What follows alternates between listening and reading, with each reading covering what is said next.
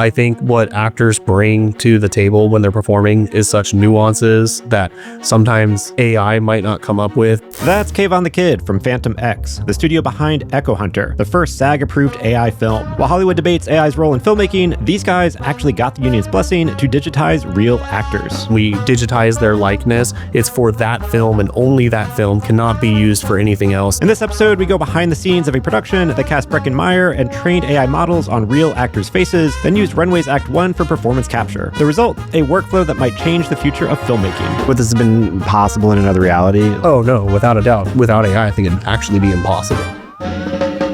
From AI on the lot and VP land, this is Inside the AI Studio. Kavan, welcome.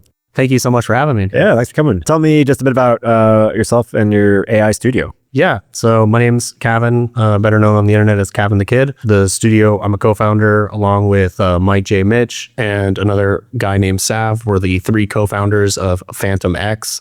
We started at the top of this year after we had on the heels of the success of our Batman AI short film that we made. That was on the internet for 5 days, or Warner Brothers then took it down. But it did wonders for us, opened a lot of doors. We followed that up with a Star Wars film because we didn't learn our lessons. So we were like, we're just going to keep making, copyrighted IP. And thankfully that one didn't get taken down. Forbes called it the greatest Star Wars film in the last decade. So very thankful for Forbes for saying that. And then after that, we went into production on Echo Hunter, which is, I don't know if it's the first, but I know it's one of the first SAG-approved AI films. Okay. And yeah, so tell me more about that and tell me what the process was like. So the process began with the, ideation. So right after we put out Star Wars, I had this idea, started writing it, put it together, showed the guys. They loved it. And then we were like, okay, we need to make this into a reality. I took over writer director duties. Mike on this one took over producer duties. So then his job was right out the gate. I mean, along with doing a billion things, because we all build the project together, but we're in our initial pre-pro stages, he's going through and figuring out how we get this SAG approved. Because I was when we were talking, I was like, dude, we have to use real actors. It's the only way that's going to make this thing, next level. What was the creative process or the idea going to be actors with Gen backgrounds or the idea was that we were going to build the models using a tool called Arcana Labs, which is it's essentially what people do in Comfy UI, but it's a consumer facing platform. So similar to a Runway or a Kling or anything like that. It's front facing. And so, but it's very easy to train models and build your own custom models. So you wanted to build a model on I wanted the actors to look exactly like the character. We get the actor, it looks like them. Okay. Yeah. So and then cast an actor, train a model on them. Exactly. You put them in the AI. Exactly. Okay. And so then we use Runway Act-One, for the performance capture, but then their voices is it's their actual vocal performance. Okay. Because I think that's one of the things that hurts AI films right now is when we even did our previous films, it's Mike and I doing the acting, and then we're using 11 labs to clone our voices, and it still comes off Mike and I, we've been lifelong friends since we were 14, and our acting career also ended in 9th grade. So we are limited. So when you bring in real actors who've done this is their job, this is what they've done for their whole life, instantly makes an entire difference of what that looks like. And so we brought in the actors after we got SAG approved, and then it was partnering with Arcana to find those actors. They brought in Breckin and Taylor John Smith. So Breckin Meyer, you've probably known him if you are a 90s kid like us. He pretty much defined your childhood with films like Clueless, Road Trip, Rat Race. He was the voice of Joseph in King of the Hill. He's a co-creator of Robot Chicken, and he does more voices in Robot Chicken than I can count. Then Taylor John Smith is this incredible up-and-coming actor. He was just in Alex Garland's Warfare film that just came out in theaters a couple weeks ago. And then Danielle Busudi, who came from our manager, Jeff Krelitz, who's they're with GRAiL, phenomenal guys. Jeff Krelitz introduced us to Danielle Busudi. She if you ever play video games, I'm not a video game person, but if you play video games, she's the voice of Freya in God of War. And she's also a reoccurring character in the Insidious franchise, as well as more guest appearances on shows than I can count, like 2.5 Men, Parks and Rec, NCIS, like you name it, she's been in it. And then we had Gideon Burkhardt, who he was in Inglourious Bastards. He's one of the bastards of, like, one of the main ones. He's the translator. So he does a phenomenal job as well. And then rounding out the cast is Hannah Balaki. She crushes it. I think, like, seriously, her performance is unforgettable. And then Xander Bailey, who also just really brings it. So that was incredible. We had an original composer. His name's Miguel Johnson. I found him on YouTube by Googling like Blade Runner-esque music, and he popped up, listened to it, and I was like, holy shit, this guy's insane. Reached out to him. He was in Vegas. And then originally, you know, we were talking about it and I mentioned AI. He was like, just, you can use some of my AI tracks. It's whatever. And then I started showing him little pieces of the film. And he was like, every day I'd wake up, here's a new song, a new track. And then we would start going back and forth. I'm like, okay, like as I'm like, like putting the sequences together, like typical composers, normally they watch the film, you know, and compose it to it.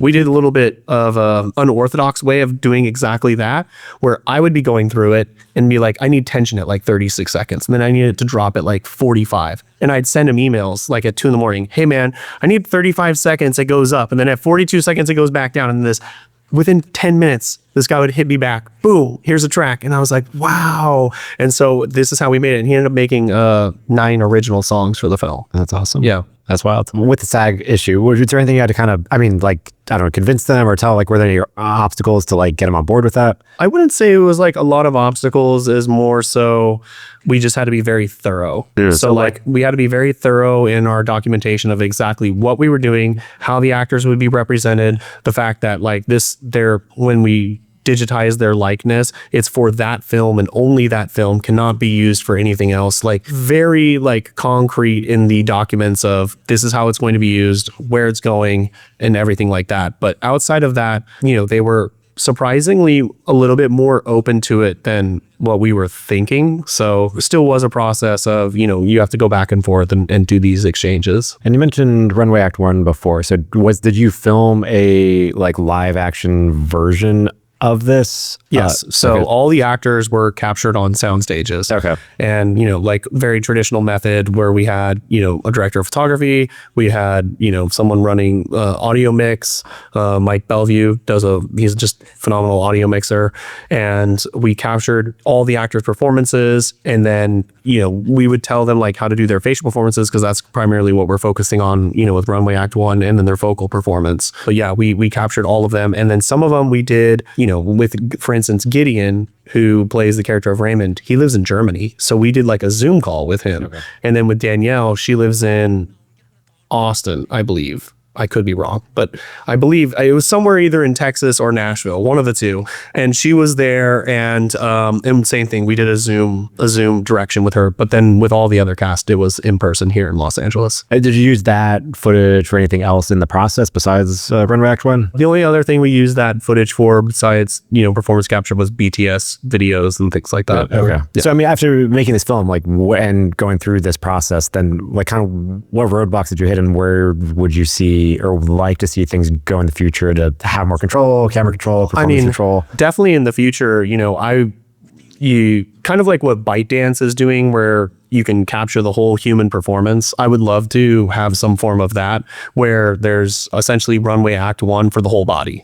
Because I think what actors bring to the table when they're performing is such nuances that sometimes AI might not come up with, or we can think to prompt, because it's so unique as an individual. And so I think like having that to where we can capture it, but like being able to like skin them, like they can show up like, hey, I'm going to show up like in a tank top and shorts, but then we're making a sci-fi film and we can put them in their futuristic garb and all that stuff. Like being able to do that element, I think is a huge difference. But yeah, I think that would be like the first big next step. And then also just the facial performance capture. Like you see what VO3 is doing with their facial performances. The only thing is like that's all AI audio. I want to be able to like bring in actual actors Yeah. for that audio and for those facial performances. But I want that quality that VO3 has done so well with.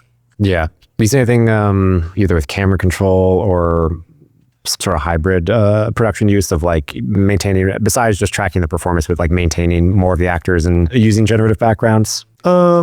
I think like when you're making if you're gonna go fully Gen AI, I think when you use like real actors on like plates, it could be a little jarring at times, like kind of take you out, because like you see the real actors and now we're going into like kind of like AI until we get to, and I have no doubt it will, when the tools get to where it's fully like you can't tell the difference.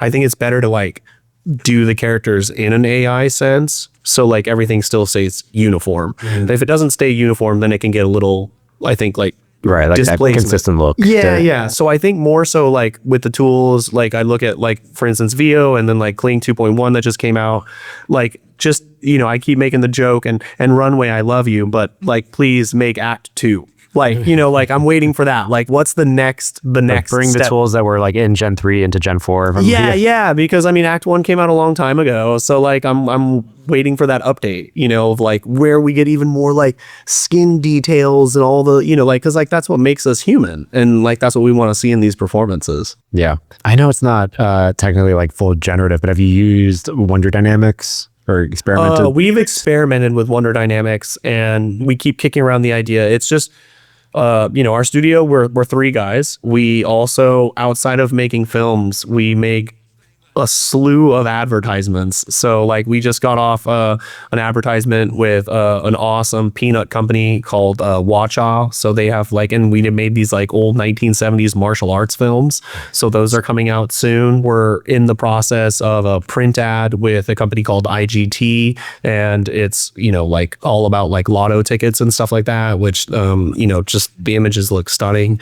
So Gen AI and all these. this is all AI. Everything is AI, and we've already been, discussing this internally. We're looking at expanding, growing the group. But the thing is, it's a little tough, I think, for us in the sense of growing, because myself, Mike, and Sav, we're all like lifelong friends. So we have this very unique bond of who else did we hang out with? Yeah, Since we were exactly. children, It's like, that who we could else can we recruit? rope Yeah. into this? That's just like part of this, like I'm thinking it and I don't have to say anything. And Mike's just like, yeah, no. And then vice versa. He's like looks at me and I'm just like, yep, all right, yep. Like, so I think that's what makes us work at such a pace for as small as we are, like how we're able to like turn out so much content so fast. Maybe it'll be an agentic AI agent. Yeah, I mean, we just need to AI clone ourselves. That's what it is. Yeah.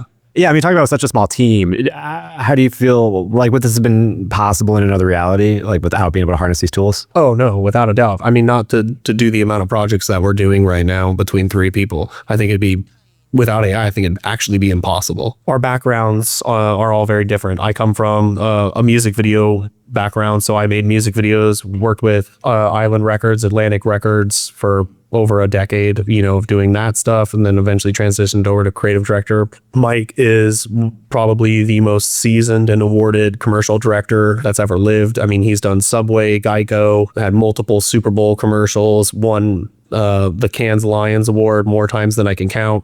Sav is a former rapper that's, rapped with Bone Thugs and Harmony, all these guys, and then eventually was like, hey, I'm going to get into VFX, and went into VFX, and now he's working in AI. So we've all have these very distinct backgrounds that have like brought us together outside of just knowing each other forever. Yeah, good mix. It works. Here at AI on the Lot, what's been on your radar? What are you looking for? What are you kind of trying to check out? For me and being here, it's just the community. Like this is my first time on AI on the Lot, and first and foremost, have to shout out that it's at Culver City. This is my hometown. I live in Culver.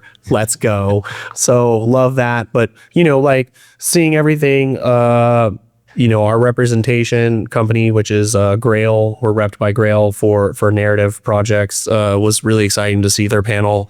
Dave Clark is a great friend of mine, so like seeing Promise's panel. So definitely, just supporting all of the fellow creators in the space and being a part of that, I think has been the most exciting thing. And then just meeting new people. Cool. Where can people find out more about you and your projects? Yeah, so for me, I'm at Kavan The Kid. My name's Kavan The Kid. Our company is phantomx.ai. Mike Mitchell is Mike J. Mitch. Very easy. And then Sav is even easier. SAV, Sav. So that's where you can find out about us. And then our website is phantomx.ai. So, yeah. Cool. Awesome. Thank you. Yeah, thank you so much. Yeah.